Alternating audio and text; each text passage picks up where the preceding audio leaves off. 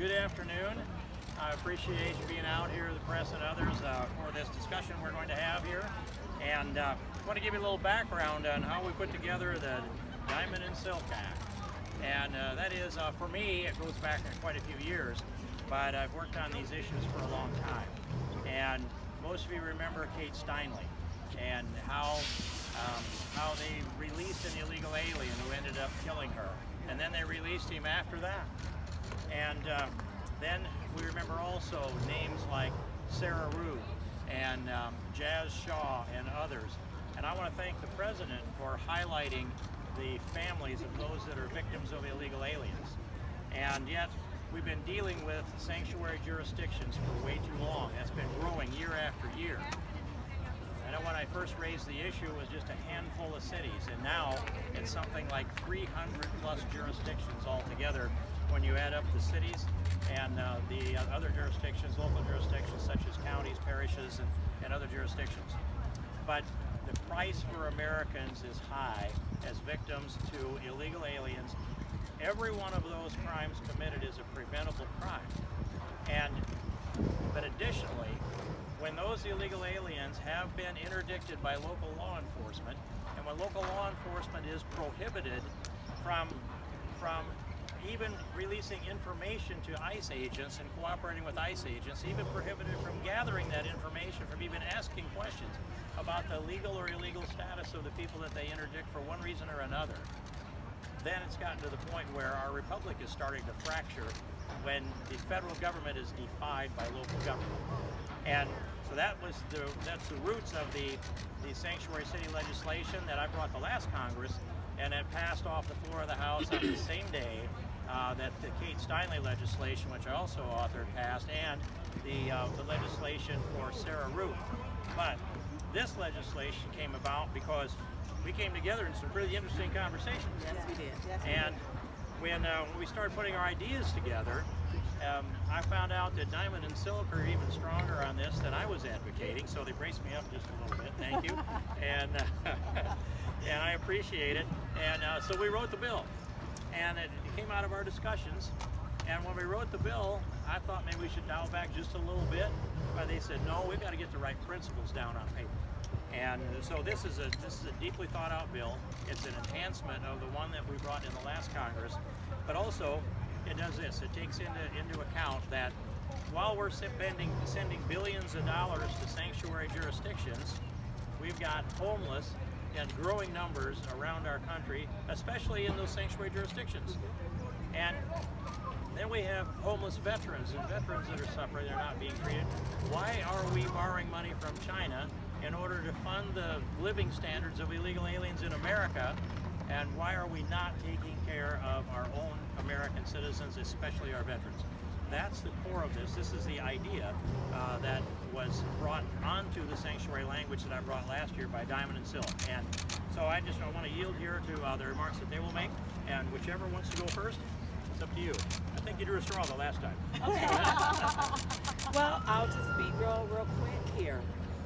You know, after my sister and I had the opportunity to meet homeless Americans and homeless veterans who lived in tents under bridges and in streets, you know, we became disturbed and distraught and taken aback by what we saw happening right here in America. You know, what's really disturbing is that we have members of Congress living in mansions while the people, which are American people that's living in their districts, they're living in tents. And that's appalling to us. So we ask ourselves the question, where is the sanctuary? Where are the sanctuary for Americans? That's right. Where are they at? Who is protecting our homelessness, our homeless? Who's protecting our veterans? Who's protecting our homeless veterans? That's right. And why is American tax dollars being used for sanctuary cities when those tax dollars can go towards Americans?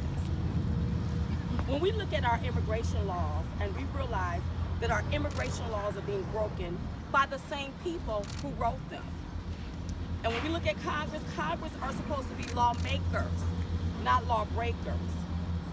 So if our immigration laws clearly state that it is illegal to aid and abet illegal aliens, then why are American tax dollars being allocated to funding something that is illegal, which in turn make American taxpayers involuntarily an accessory to this crime?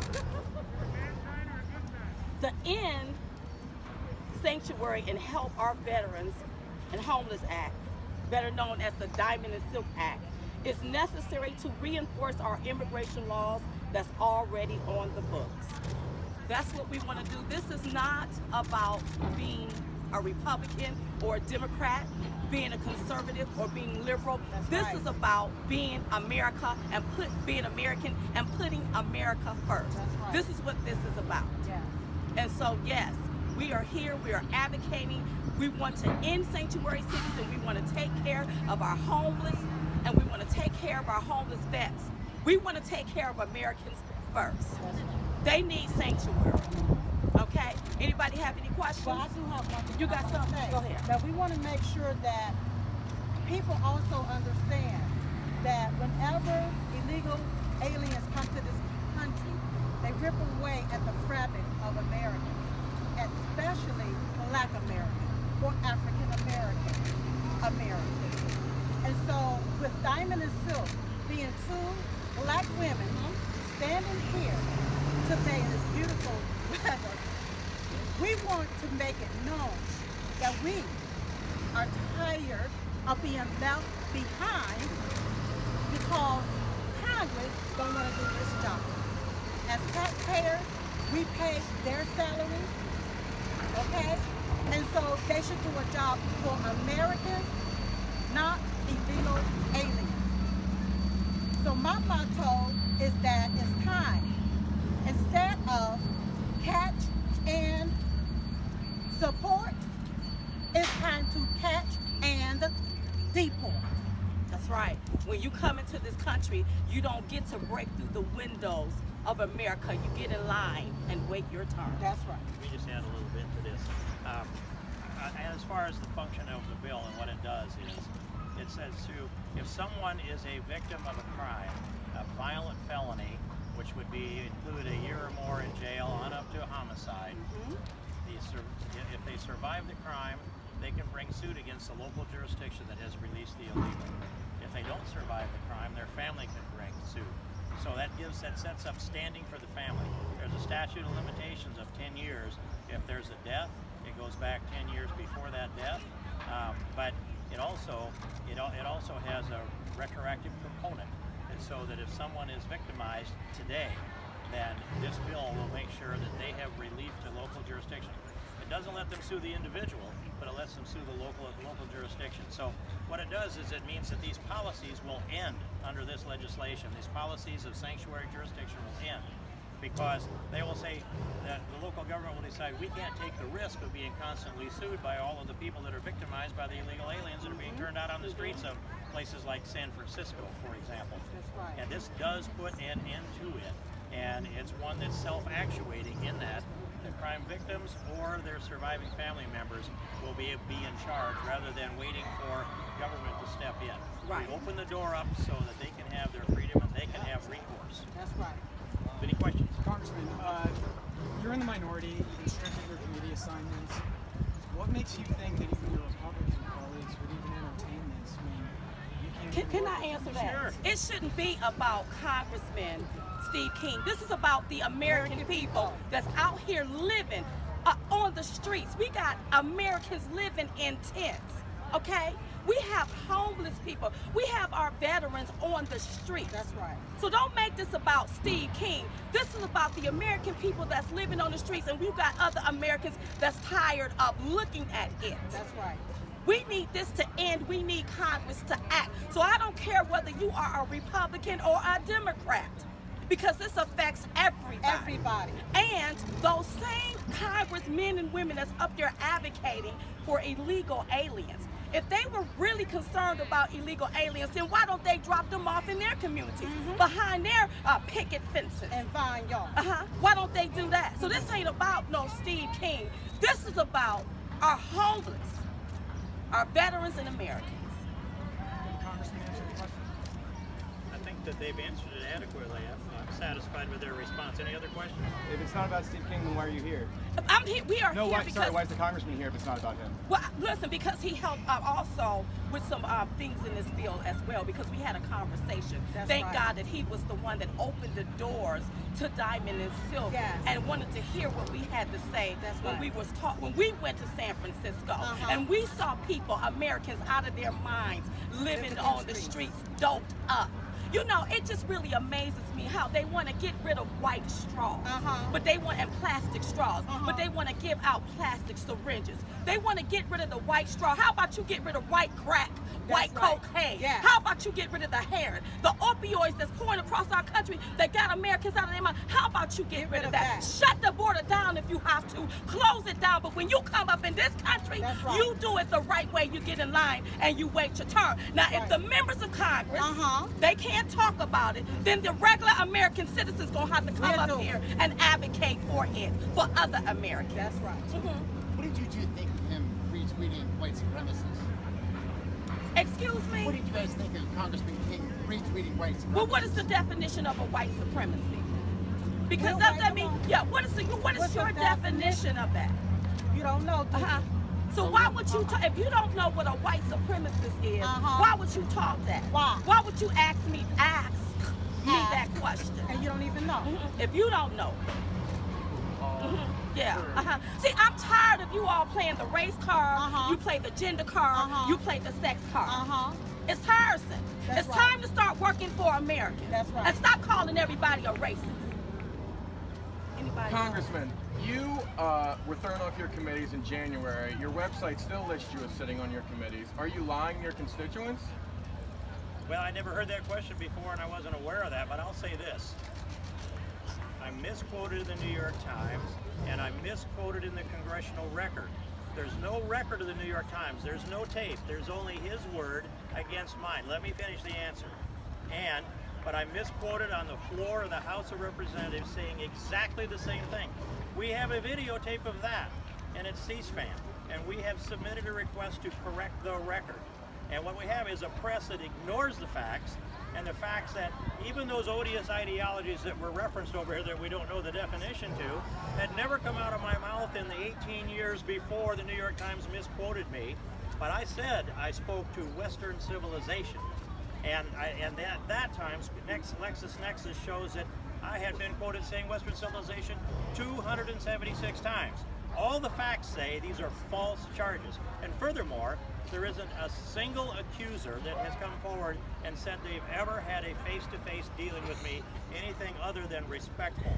And so this is all completely bogus, and it will get peeled off the record, and then that website will be right again. Okay. That's my final word on so what that does topic. Western civilization mean? I said it's my final word on that topic, but Can go I just ahead. say one thing? How is it that everybody is concerned about something that somebody said, Mr. Stephen King said, but you have Omar, you have Rashida Tlaib making all of these obscene statements, and I don't hear you talking about that. I didn't see anybody go to the floor to take them from their committees. I think that Steve King should be reinstated in his committee because he's doing a job for the American people. And if you want to talk about racism, how about you go Google was it the Senate floor speech of Joe Biden about the 1993 crime bill that echoed the sentiments of bigotry and racism, because he was talking about black people. He was talking about having black men locked up. Now you want to talk about racism, how about you go Google that and let's talk about that. Let's have a whole full-fledged conversation about that. And that's the 1994 crime bill, but he did it in 1993. That's right. On the floor. Well, he's not holding a press conference. He's not holding a press conference, but he's running for, wait a minute, he's running for president of the United States. That's right. So you call our president racist. You want to make this man act like he's racist. But I hear a man that echoes sentiments of racism and bigotry right there on the floor, and y'all silent about that. Right. How about you pull those tapes and let's talk about that? Because we're here to talk about Americans, homeless Americans that's living in tents on the streets, while the people that they represent live in mansions. That's right. Okay? Why aren't we talking about that? See, all of the stuff that the left-wing media, okay, want to do, you want to keep us deflected and distracted off of our message, but we will not allow you to do that to us, especially Diamond and Silk. That's right. We're here for the American people. Do you have questions about what we're here for? I just want to ask Mr. King, how is the effort going to get you back on your committees? Let's just stick on topic here today. But I do want to tell you that, no, my website doesn't have those committee assignments on it. It was taken off. And so that was misrepresented. I checked it That's my yesterday and statement, they were on there. I'm not going to argue with you. I just got that from my communications director. He's the one that manages it. So is there any other questions? Let's make them on topic or we're not going to answer. Why were you barred from Air Force One? That's not on topic. Couldn't you hear me?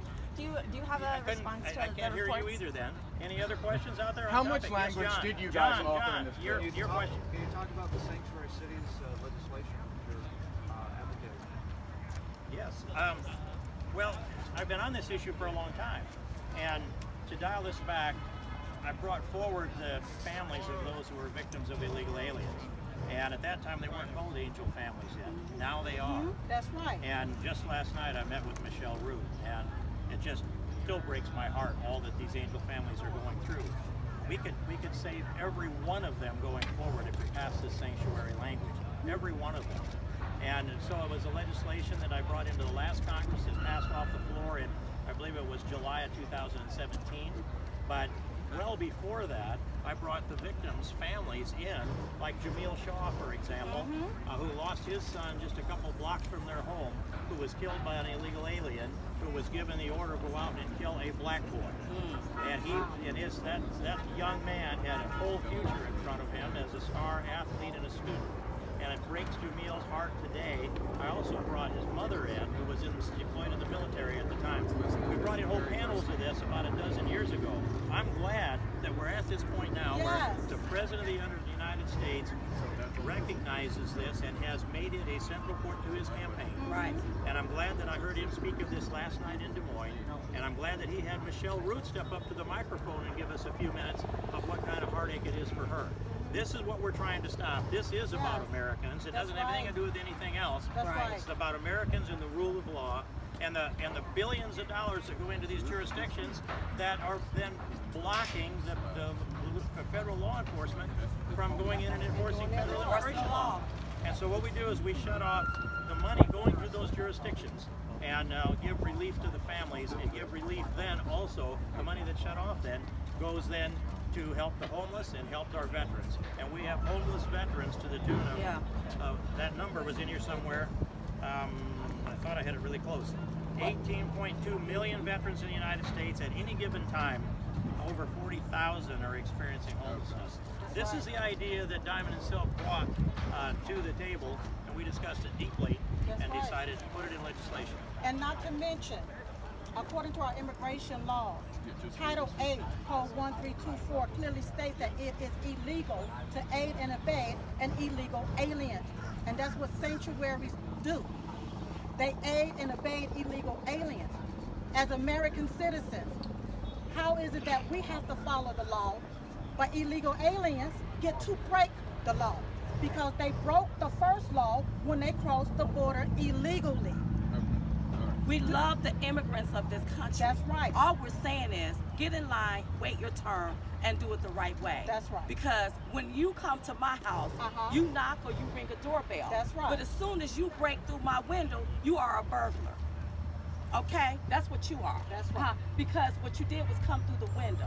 I didn't even know you were coming. And I don't want to hear nobody say there's no crisis. We got a million people trying to get up over here. There's a crisis. That's a crisis. You let a million people come to your house that you got to feed, that you got to clothe, and you tell me how that works for you. Congressman, which homelessness advocates or organizations or actual homeless people did you meet with to discuss this idea after they brought it to you? To make sure you were getting some on-the-ground perspective. This has been led by Diamond and Silk. It's just the three of you. We took and we went to California and visit San Francisco. Yeah. Were there groups that you met with when you were there? Say that again. Were there particular groups that you met with when you were there? No, there were no groups. We met with actual people. See, I'm tired of going through these groups. Okay, I don't have to go through a group. I go meet with the people. Sure. We saw people on the street defecating on the street. How you listen? Defecating on the streets, out of their minds, shooting up on the streets. But our And did they tax tell you dollars. this is what they need? Listen, what they need is help. What the city needs is help. Listen, let me tell you something. When you go outside of your door and it look like a full toilet, you got to be stepping across sugar honey iced tea. Something is seriously wrong. That's right. Okay, something is That's wrong. right. When you have them where they can shoot up drugs to be out of their mind, You're giving them syringes to shoot up drugs. that's something. This is the United That's States a of disgrace. America. Absolutely, I understand unequivocally what I'm no. asking is, when I report on homelessness, I go talk to homeless people and I ask them what they think, and then I tell people what they think. Did you talk to People anyone? want help. People Yes. want help. So is what did they say to you? Last Do you year, remember a conversation last year with we them? was. How are you getting the money to them if you're not working through If you go organizations? look at that movie, you will see where we went to California and where we actually talked to homeless people. She said, "How do we give?" How the are you money? getting this funding to these people if you're not going through organizations? Because organizations don't do nothing but skim from the top and give everybody everything that's left at the bottom. So that's why we don't choose to go to an organization. And most of these organizations don't help nobody. If they was concerned about the homeless, then I wouldn't have to turn on my TV and look at San Francisco and all them people being homeless. So I'm not concerned about an organization. I want to go to the source. How do we help these people? Well, then I'm how are they tired of going you to? all with your groups, your organizations, and all of this here. Because all y'all try to do with these organizations is get some funding so you all can scam and get your kickbacks and your patty whack. Well, then how are they going to get their money then? People are stealing from the Listen, here's what I'm saying. Here's what I'm saying. I'm saying is, I'm tired of going through organizations because evidently it's not helping the homeless or we wouldn't see them all over the streets It's of not that San people Francisco. where are the funds being appropriate enough money for reallocated them to? do their I'm program just medical. saying, what I'm It's that saying they're is stealing. we need to help Americans. We need to help the homeless is what we're saying. I don't have to go through an organization to help people. Not one So are you just cent handing the of money out? American tax dollars should go to fund something that's illegal like Sanctuary cities. Okay? That's it. Thanks, everybody. Thank you.